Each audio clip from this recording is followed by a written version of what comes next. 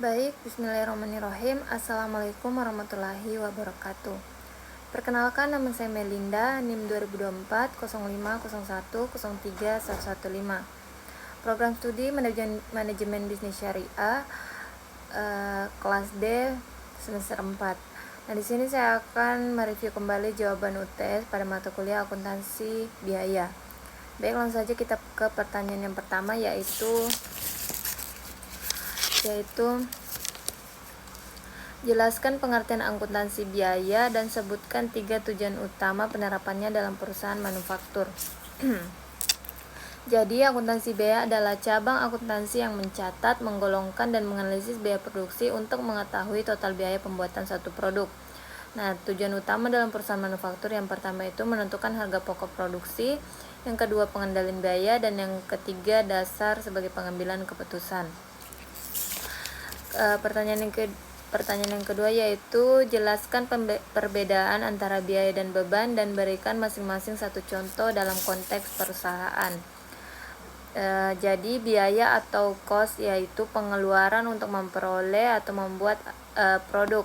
Contohnya pembelian bahan baku, sedangkan beban yaitu biaya yang sudah digunakan untuk menghasilkan pendapatan. Contohnya gaji karyawan, biaya listrik, dan lain-lain. Pertanyaan yang ketiga yaitu apa yang dimaksud dengan biaya langsung atau direct cost dan biaya tidak langsung atau indirect cost, dan berikan contoh masing-masing dalam proses produksi. Baik, jadi biaya langsung atau direct cost yaitu biaya yang bisa dikaitkan langsung dengan produk tertentu. Contohnya upah tenaga kerja yang membuat produk. Sedangkan biaya tidak langsung atau indirect cost yaitu biaya yang tidak bisa dikaitkan langsung ke satu produk. Contohnya listrik pabrik, biaya perawatan mesin, dan lain sebagainya. Pertanyaan yang keempat yaitu jelaskan konsep perhitungan biaya berdasarkan pesanan atau job order costing dan dalam kondisi apa metode ini digunakan. Jadi, sistem biaya berdasarkan pesanan atau job order costing adalah metode perhitungan biaya yang mengumpulkan dan menghitung biaya produksi untuk setiap pesanan atau pekerjaan secara terpisah. Nah, metode ini digunakan dalam kondisi apabila produk dibuat sesuai pesanan atau pesanan khusus atau custom. Setiap produk itu berbeda-beda. Pertanyaan yang kelima yaitu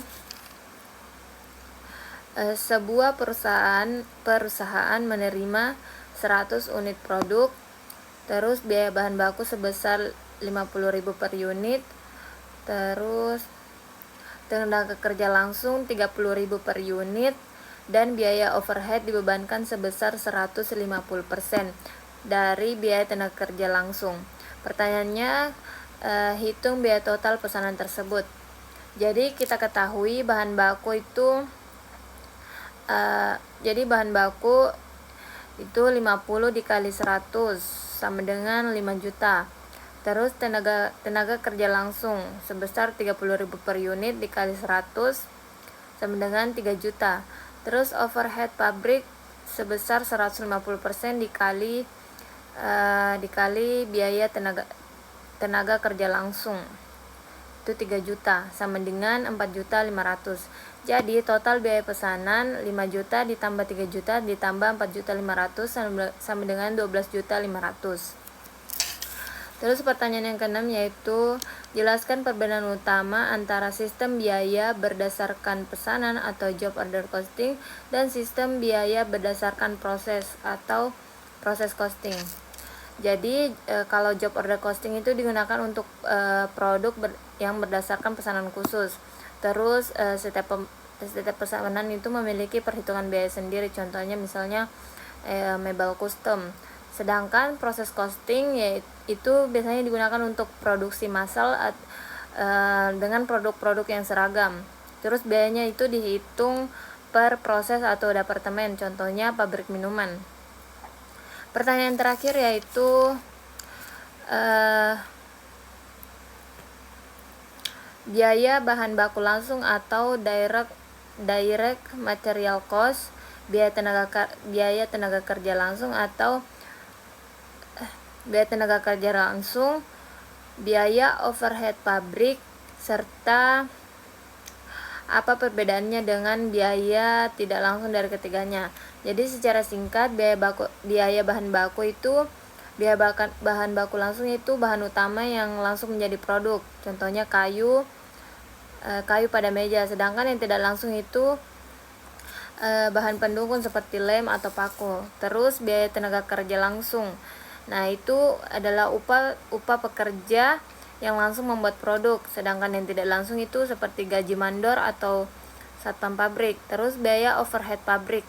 Nah, itu adalah semua biaya produksi selain bahan baku dan tenaga kerja langsung. Contohnya listrik pabrik dan penyusun mesin. Nah, ini bersifat tidak langsung karena sulit ditelusuri ke suatu produk tertentu. Baik, mungkin itu saja yang bisa saya sampaikan.